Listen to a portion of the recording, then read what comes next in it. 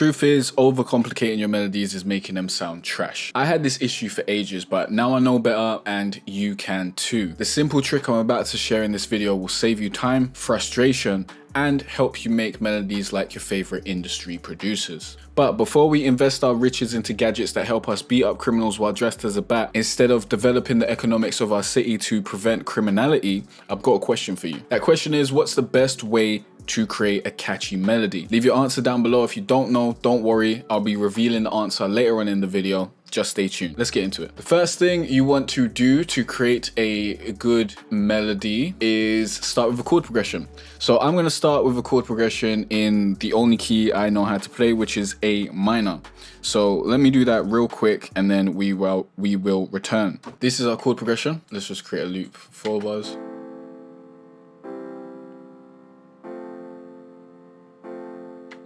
Then what we want to do is add our bass notes. So it'll be the root note of these chords. So that would be A, C, F, F.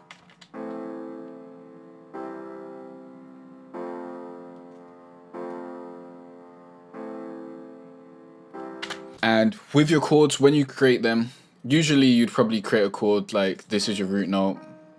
Let's say we're doing a C chord. Most people will just do the C. Let's just use this C. They'll skip a note in the scale. Let's change this to A minor so that it's easier for you to kind of get what's going on here.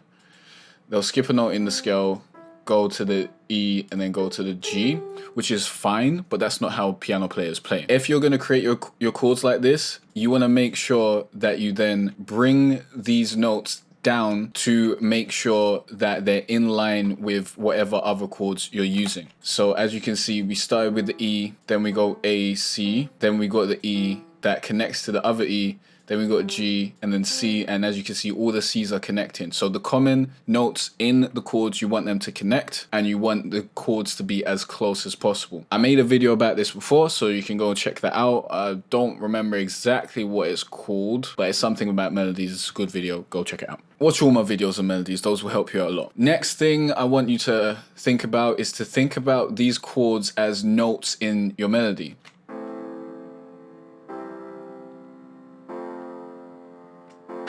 And with your melody, you obviously don't want to use too many notes. So keep that in mind. Next thing we want to do is add simple transition notes between our chords.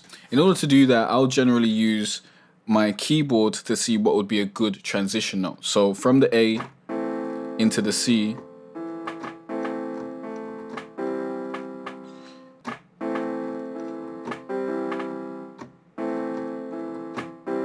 I like the E. So we're gonna cut here so that our E transitions into this C, and then we're gonna use the E again. E is a very good transition note when we're using A minor. Actually, we're not gonna use the E again. We're going to then use F most likely. Let me just check it.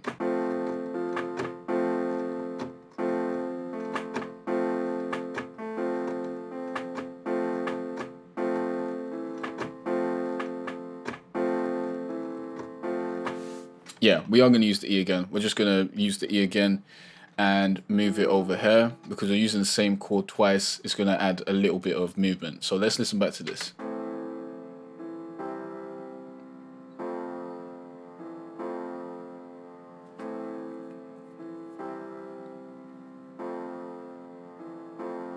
And generally with these transition notes, I'm holding Control and Shift, by the way, to select these, and I'm going to hold Alt and use our scroll wheel so that we can have these transition notes be a lower velocity than the rest of our notes.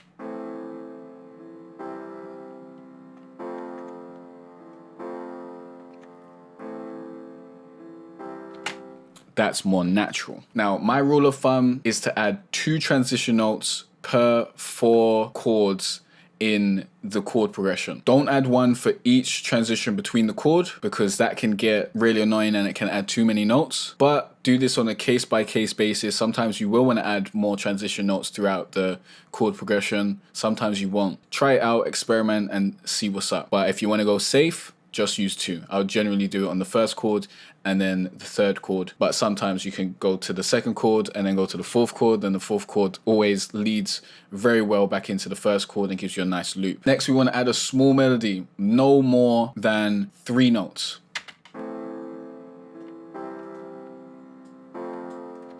So let's come up with something, and you want to add this melody at the end of 2 of your chords, okay? You don't want a melody here and then a melody here and then a melody here and then a melody here. It's too much going on. So we'll add a small melody. We'll probably do it around here. Since this already has a transition note, we'll do a small melody over here. I'll generally start my melodies around the E, G, C, and D. So we'll do something really simple. We'll start at the halfway point, go up to the G, and then come down to the D like so.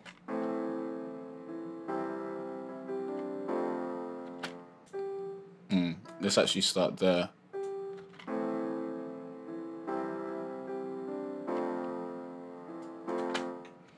And then we'll copy this over and we'll change these notes. And then we'll use this C here. And we'll get rid of this. So this is our melody.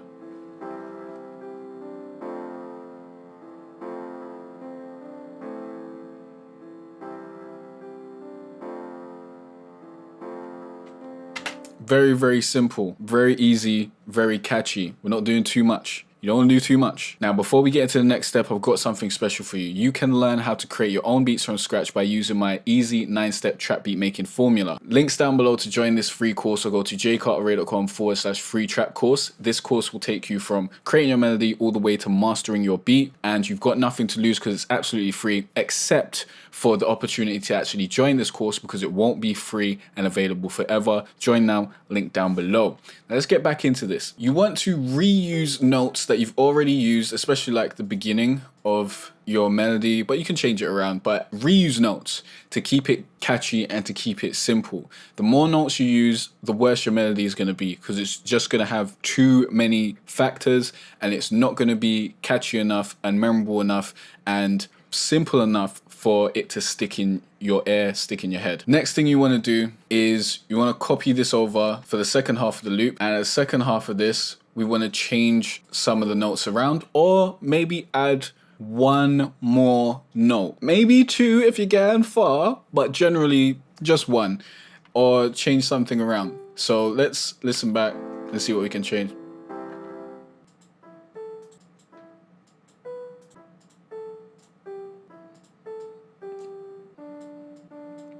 That can work.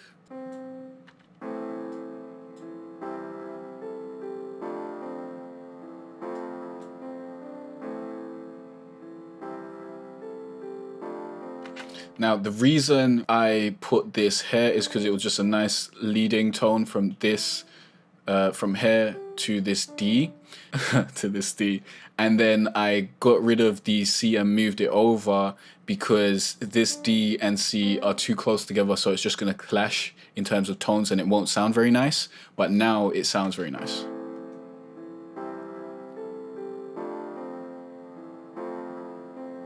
And we could have changed like the way this moves. Like we could have moved this over here in our original melody. Like everything doesn't have to hit straight on the 4s or the 2s. You can move it around to make it like sound a bit different. But that's not what I want right now. So this is our full melody. Let me play this back.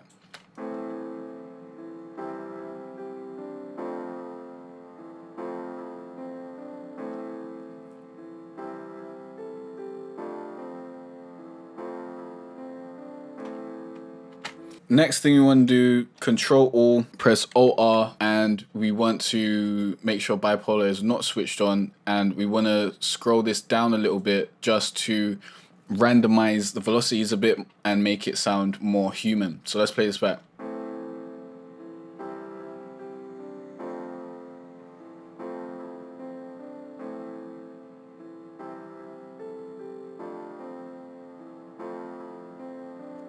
See how easy that was? And another thing that we can do is press Alt and S to strum the chords a little bit. But I don't really do this, to be fair. Like, I don't really like strumming too much. But let's play this back.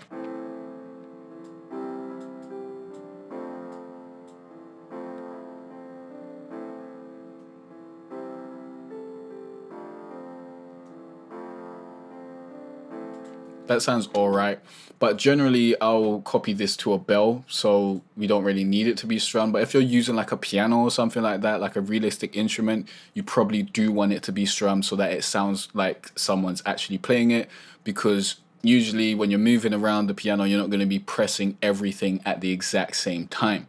So let's quickly copy this over to an actual VST patch that sounds pretty good and see what our final melody would sound like. And just to reiterate, it's really important to keep the same rhythm of the melody in the first section and the second section to keep it sounding catchy. If you do one rhythm first and then you change it up drastically in the second half of that first part of the loop, it's not going to work out very well for you. So let me find an instrument that sounds pretty good. Let's try this. This is one of my new ones that I've added to the list, and let's hear what this sounds like. This one? Yeah, let's paste this.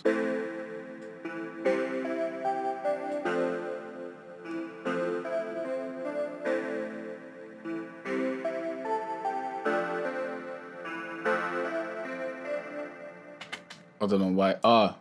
When you strum, sometimes, you know, there's a little bit that goes on. You generally don't want that to happen. So let's see if it... No, for some reason there's something going over the edge. But I don't like this instrument, so let's find something better.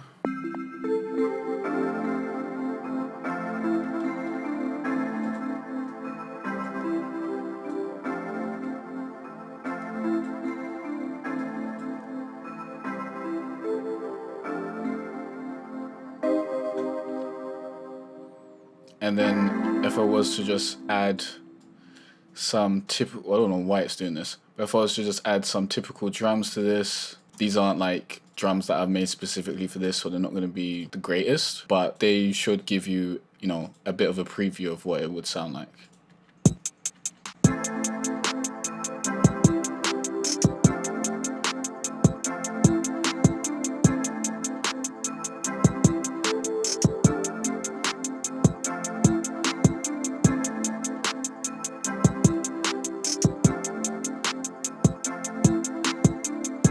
And really your focus with these melodies, just another tip, is to basically lead from your melody into the next chord. And that's what makes it sound so smooth, and that's what makes it just sound right and feel right and move to the next chord. Remember how I said think of your chords as notes? This is part of that. Now let's answer the question that I asked you earlier. That question was, what's the best way to create a catchy melody? The answer is with repetition and keeping it simple. That's repetition of the rhythm as well as repetition of the notes. And keeping it simple, not adding too many notes, not adding too many new factors, and just changing small things in the second half of the loop to keep it unique and stop it from getting boring. If you need more help with your melodies, you can grab my Trap MIDI Secrets pack. Link down below, or go to jcarterray.com/MIDI packs. If you got any questions or any other tutorials you want me to make, please leave a comment down below. Check out that video next, and I'll see you next time. Peace out.